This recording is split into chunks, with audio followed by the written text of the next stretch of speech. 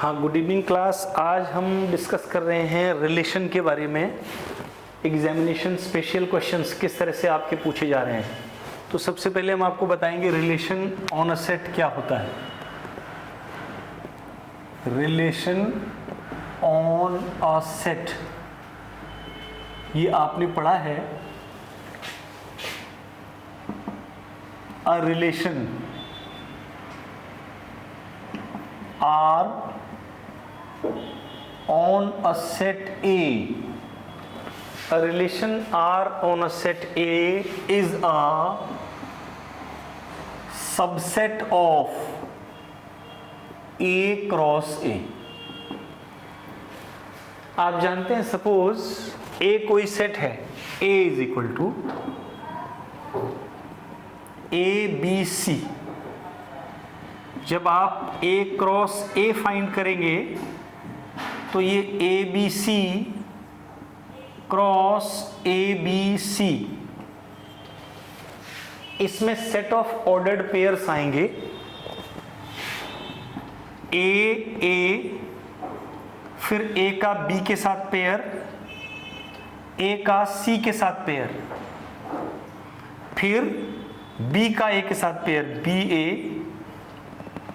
BB, फिर B का C के साथ पेयर, फिर C का A के साथ पेयर CA, CB और CC। ये स्टूडेंट्स A क्रॉस A है। अगर इस A क्रॉस A का कोई सबसेट लिया जाए, subset of A cross A, subset of A cross A से हम ले रहे हैं R1 AA AB AC। तो आप ऑब्जर्व कर रहे हैं कि ये जो R1 है, R1 के अंदर जितने भी ऑर्डर्ड पेयर हैं तीनों, वो A क्रॉस A के अंदर ऑलरेडी हैं। तो since R1 is a subset of A cross A, इसलिए हम R1 को रिलेशन कहते हैं A में। R1 is a relation on A। R1 A में रिलेशन है। अब अगर A कोई सेट होता है तो फॉर एनी सेट A, किसी भी सेट A के लिए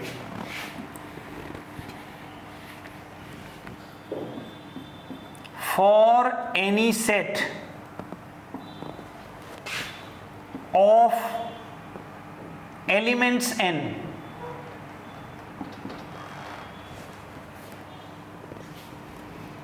जो आपके सबसेट्स आएंगे A क्रॉस A में number of elements n cross n, that is n square हो जाएंगे।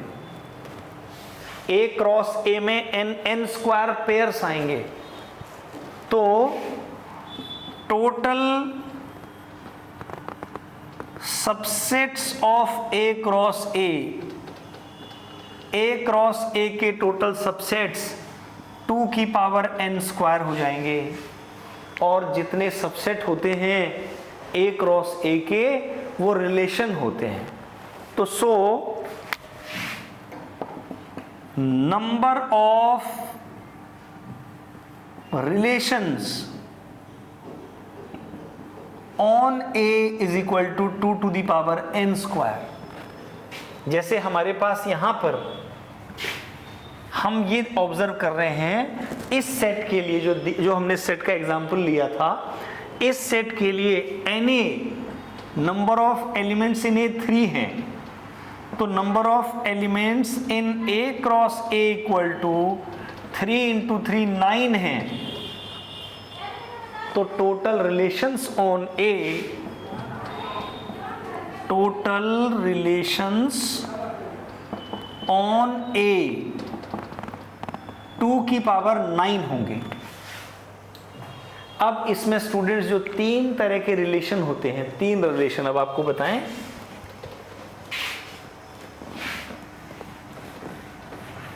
Type of relation,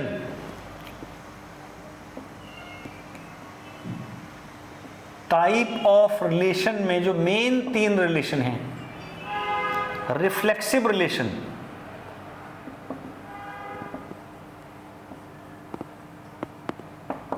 reflexive relation का मतलब होता है ए बिलोंग्स टू आर,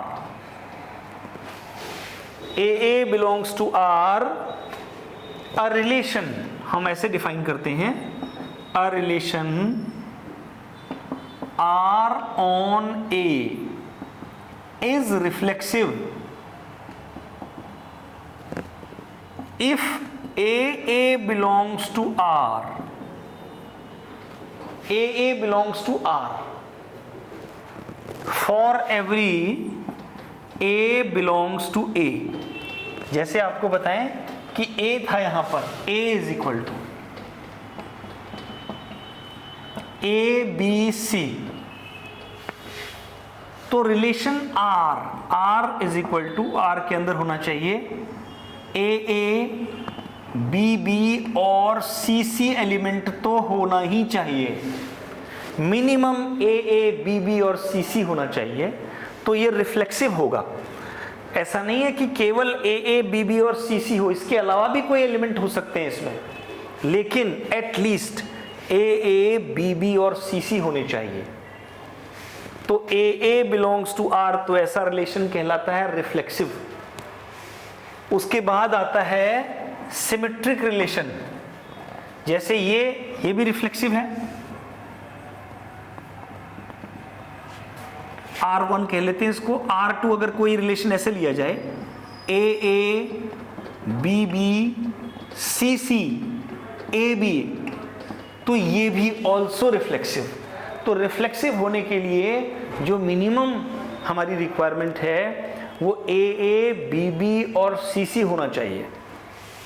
उसके बाद अगला रिलेशन आता है सिमेट्रिक रिलेशन।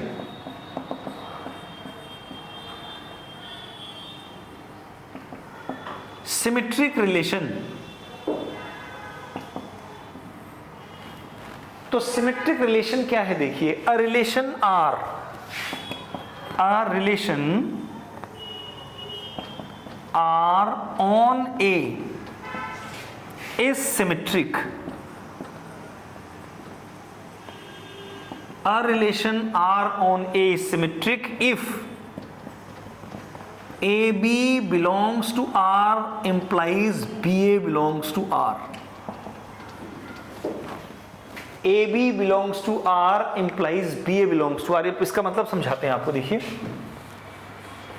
जैसे A हमारे पास था, A B C, ये A था, और जब हमने A क्रॉस A फाइंड किया, A क्रॉस A, तो ये आ रहा था A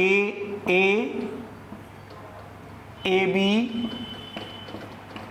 A C, फिर आ रहा था B B और B C, फिर आ रहा था C B और C C। ये 9 एलिमेंट इसके अंदर आएंगे ए क्रॉस बी के अंदर। अब इसका सबसेट, जैसे अगर आर हमारे पास है, R is equal to A B, अगर इसमें आ रहा है तो बी ए को आना भी आवश्यक है। अगर ए बी आ रहा है तो उसका रिवर्स आना चाहिए, A B belongs to R implies B A belongs to R. अगर इसके अंदर आ रहा है ए सी, तो सी ए भी आना चाहिए। For every pair it's reverse pair must exist, her pair के लिए उसका रिवर्स पेयर आना चाहिए। अगर ए बी आ रहा है तो बी ए आना चाहिए, ए सी आ रहा है तो सी आना चाहिए, और अगर ए सी आ रहा है तो सी आना चाहिए, बी ए आ रहा है तो ए बी आना चाहिए। तो हर एक का, जैसे ए बी का रिवर्स बी ए है, ए सी का रिवर्स सी ए है, तो इसको हम कहेंगे सिमेट्रिक रिलेशन। इस रिलेशन को हम कहेंगे सिमेट्रिक रिलेशन। और एक तीसरा रिलेशन होता है स्टूडेंट्स इसमें इंपॉर्टेंट जो है, जिसे हम कहते हैं ट्रांजिटिव रिलेशन। ट्रांजिटिव, तीसरा रिलेशन होता है ट्रांजिटिव। ट्रांजिटिव रिलेशन, ट्रांजिटिव, देखिए ट्रांजिटिव रिलेशन ऐसा होता है, a relation R on A is transitive, a relation R on A is transitive if AB belongs to R and BC belongs to R implies AC belongs to R। जैसे अगर suppose कीजिए हम लोग एक plane में parallel line ले लें, ये L1 है, ये L2 है, ये L3 है, और हमने रिलेशन कहा पैरेलल होना, parallel, relation of parallel lines हमने डिफाइन किया a relation R,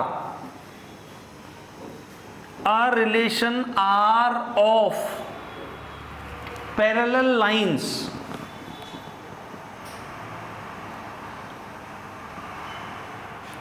a relation R of parallel lines in a plane, किसी प्लेन पर जो पैरेलल लाइन है, देखिए आप यहां पर ऑब्जर्व करिए कि L1 पैरेलल है L2 के एंड L2 पैरेलल है L3 के एंड L2 पैरेलल है L3 के। तो अब आप बताइए कि L1 और L3 में क्या रिलेशन होगा, इन दोनों से क्या कंक्लूजन निकलेगा? This implies L1 is parallel to L3, L1 भी L3 के पैरेलल होगा। हमने बताया अगर AB belongs to R and BC belongs to R है तो AC बिलोंग्स टू R होना चाहिए। तो यहां पर हम कहेंगे अगर हम पैरेलल की बात कर रहे हैं तो L1 L2 belongs to R and L2 L3 belongs to R। भाई ये रिलेशन किस चीज का है? पैरेलल। इसका मतलब हम कहना चाह रहे हैं कि L1 पैरेलल है L2 के, और यहां कहना चाह रहे हैं एंड L2 पैरेलल है L3 के, जैसे फिगर में दिखाई दे रहा है। तो इससे कंक्लूजन निकल रहा है कि L1 पैरेलल है L3 के। This implies L1 L3 belongs to R। तो ट्रांजिटिव रिलेशन। अब ये तीन जो रिलेशन बड़े इंपॉर्टेंट हैं, क्या है देखिए, reflexive. If a relation R on a set A is, अगर कोई रिलेशन आर किसी सेट में है, कैसा है? पहला रिफ्लेक्सिव, दूसरा सिमेट्रिक, और तीसरा है ट्रांजिटिव। तीसरा है ट्रांजिटिव। अगर कोई रिलेशन किसी सेट के अंदर रिफ्लेक्सिव है, सिमेट्रिक है, ट्रांजिटिव है, then it is called an equivalence relation. Then it is called an equivalence relation.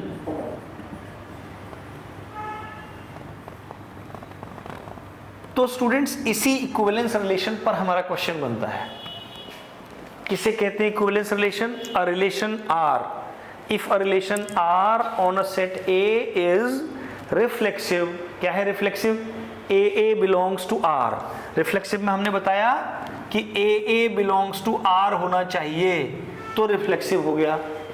Symmetric में हमने बताया कि A B belongs to R का मतलब है B C belongs to R, sorry B A belongs to R, ये हमारा हो गया सिमेट्रिक। और ट्रांजिटिव तो हम यहां बता चुके हैं, A B belongs to R and B C belongs to R implies A C belongs to R. तो स्टूडेंट आज हम इस पर एक क्वेश्चन डिस्कस करेंगे कि कैसे किसी रिलेशन को आप रिफ्लेक्सिव, सिमेट्रिक और ट्रांजिटिव दिखाएंगे। देखिए क्वेश्चन है,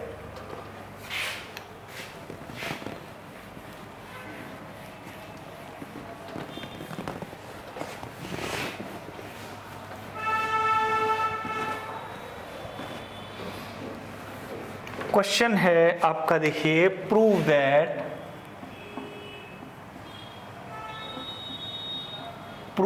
that the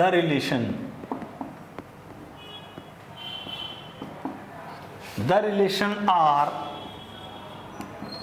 on n cross n to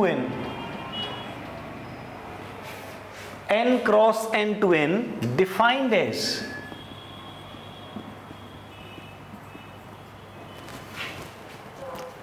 AB RCD. This implies A plus D is equal to B plus C. ऐसे डिफाइंड है is an equivalence relation.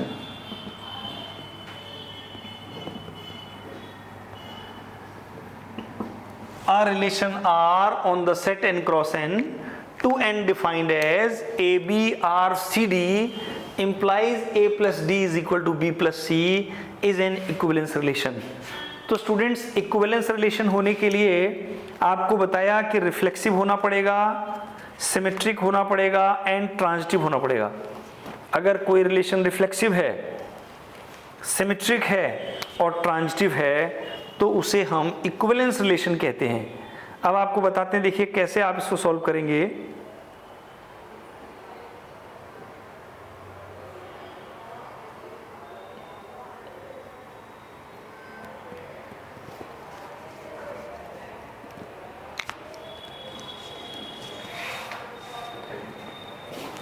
डालना गिरे ना। देखिए स्टूडेंट्स, हमने आपको रिफ्लेक्सिव में बताया, रिफ्लेक्सिव में ये बताया कि A बिलोंग्स टू R होना चाहिए। इसका मतलब हम इसको ऐसे भी लिखते हैं कि A रिलेटेड है A से। भाई कोई एलिमेंट खुद से रिलेटेड है तो रिफ्लेक्सिव हो गया। अब यहां पर हमारी जो रिलेशन चल रही है वो पेयर में चल रही है। यहां ए बी एक पे, जैसे यहां ए बिलोंग्स टू आर का मतलब है ए इज रिलेटेड टू ए, यहां ए की जगह ये पेयर ए बी है। तो हमको रिफ्लेक्सिव में हमें दिखाना है, फॉर रिफ्लेक्सिव हमको चेक कराना है ए बी होल्ड करता है या नहीं करता है। उससे पहले आपको एक चीज समझनी होगी, A B R C D में क्या रिलेशन इसने दिया है, A B R C D कैसे जुड़ा हुआ है, ए प्लस डी फर्स्ट और लास्ट का सम और इसका sum, A plus D is equal to B plus C. यही चीज आप यहां पर अप्लाई करेंगे A B R A B में, फर्स्ट और लास्ट का सम और इनका सम करेंगे। This implies A plus B is equal to B plus A। True है ये, बिकॉज नेचुरल नंबर में ट्रू है ये ट्रू है because in natural numbers A plus B is equal to B plus A होता है। A B R A B A plus B equal to B plus A आ रहा है। इस रिलेशन को यूज करने से, इस डेफिनेशन को यूज करने से तो आप कहेंगे कि ये A B R A B holds, तो R is, this implies R is reflexive, R reflexive है। उसके बाद हम लोग सिमेट्री चेक करते हैं। सिमेट्री, ये पहला था reflexive.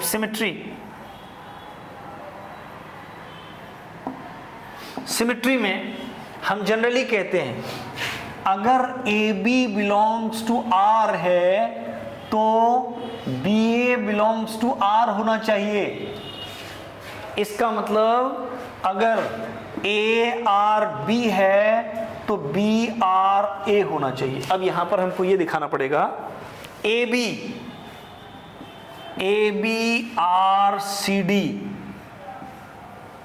must imply CD R AB। let us check, हमको चेक करना चाहिए AB R CD फर्स्ट और लास्ट, सेकेंड और first. This implies A plus D is equal to B plus C। ये पहली इक्वेशन, इससे ये मिला। अब यहां देखिए, इससे देखते हैं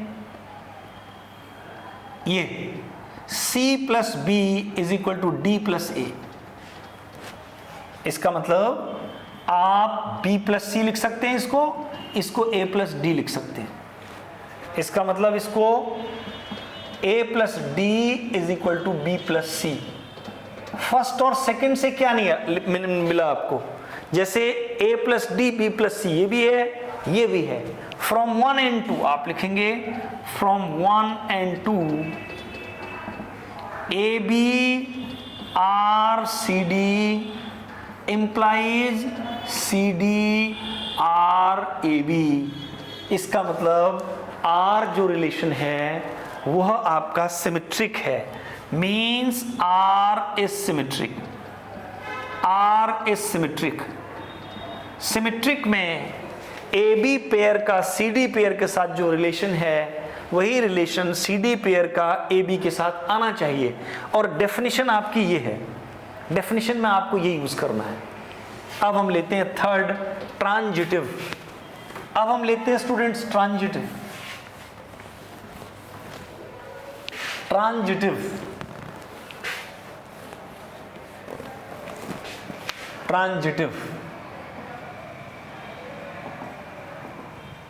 देखिए ट्रांजिटिव में A B R C D, A B R C D से क्या आएगा? A plus D equal to B plus C. First A plus D equal to B plus C, और फिर एक नया पेयर भी लेंगे हम इसमें, and C D R E F से क्या आना चाहिए? C plus F equal to D plus E. C plus F is equal to D plus E. C plus F is equal to D plus E. Equation 2, equation 2। अब आप first और second को add कर दीजिए, adding 1 and 2।